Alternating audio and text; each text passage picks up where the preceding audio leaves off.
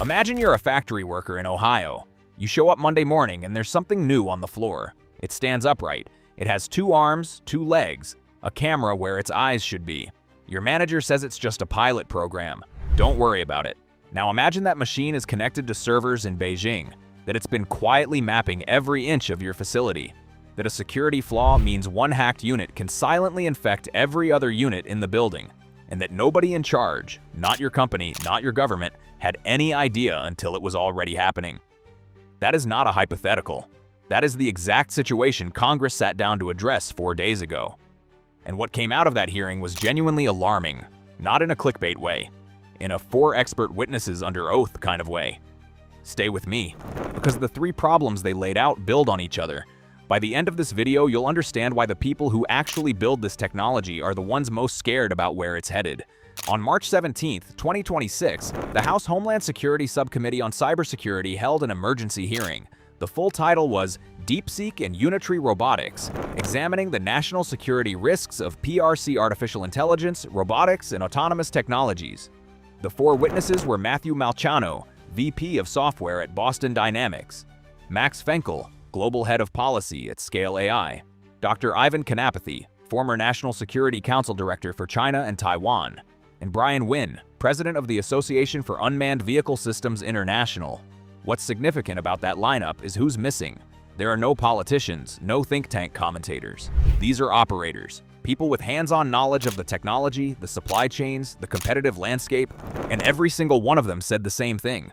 The United States is behind, the gap is widening, and the window to act is closing. 3 distinct problems came out of the testimony, each one worse than the last. Problem 1. Chinese robots are not coming to America. They're already here. Unitary Robotics, the company behind the viral kung fu performance at China's Lunar New Year Gala, is actively selling its quadruped robots to U.S. police departments, universities, and federal government offices right now. Today, not pending approval. Already sold and deployed. Boston Dynamics 5P Matthew Malciano told Congress that China is capturing significant market share in the Western world, and Unitary is just one of dozens of Chinese robotics companies operating under a coordinated national strategy, a government blueprint designed to use AI-powered robots to transform virtually every major industry across China, and increasingly globally.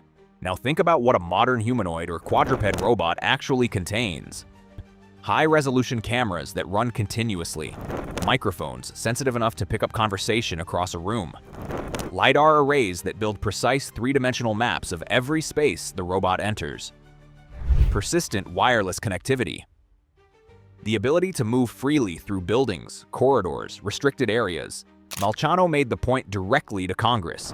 These machines can accomplish things that traditional cyber attacks cannot. A piece of malware sits on a server, a robot walks around. It can surveil in ways no screen can. It can disrupt physical operations, and if someone gains control of it remotely, it can cause actual physical harm to people. That's a threat category that America's security framework has never had to deal with before. Problem 2. Even if you trust the robot standing in front of you, you may not be able to trust the one across the room. In 2025, independent security researchers discovered a critical vulnerability in Unitary's robot platform, a wormable exploit. That's a specific type of security flaw where one compromised device can automatically spread the attack to other devices on the same network without any human action required. One robot gets hit, then the one next to it, then the one down the hall, all of them flipped silently in minutes. But the data transmission issue is arguably more troubling because it's not a bug. It appears to be by design. Researchers found these robots regularly transmitting operational logs, sensor data, mapping data, audio data, back to servers located in China. It isn't the interval they documented, every 5 minutes, around the clock. Whatever the robot sees, hears, and maps goes home to China on a continuous feed. Scale AI's Max Fenkel framed the competitive picture starkly for Congress. He said that at CES this year, held in Las Vegas on American soil, America's own flagship technology showcase, Chinese humanoid robot companies outnumbered their US counterparts on the exhibition floor. He argued that winning this race requires a whole-of-government strategy. China has had one for years. The US still doesn't have one at all. Problem 3 is the hardest one to fully absorb because it's not a single event, it's a rate of change. At China's Spring Festival Gala in early 2025, Unitary robots performed a group dance. It was clunky, mechanical. They shuffled around the stage and the internet laughed a little. Impressive for a robot, but not exactly threatening.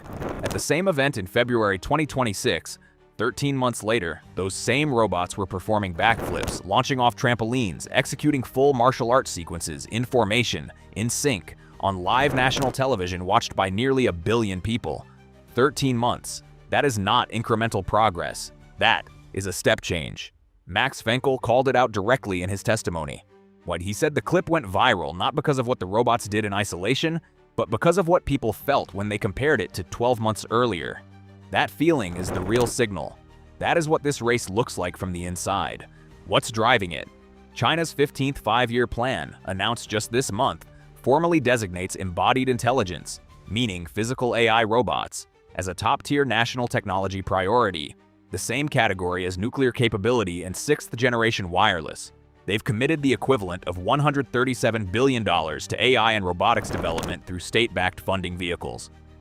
Meanwhile, the current U.S. federal budget proposal cuts funding to CISA, America's own cybersecurity agency, by nearly $500 million. And as of this week, roughly 2/3 of CISA's workforce is on administrative leave due to a political dispute.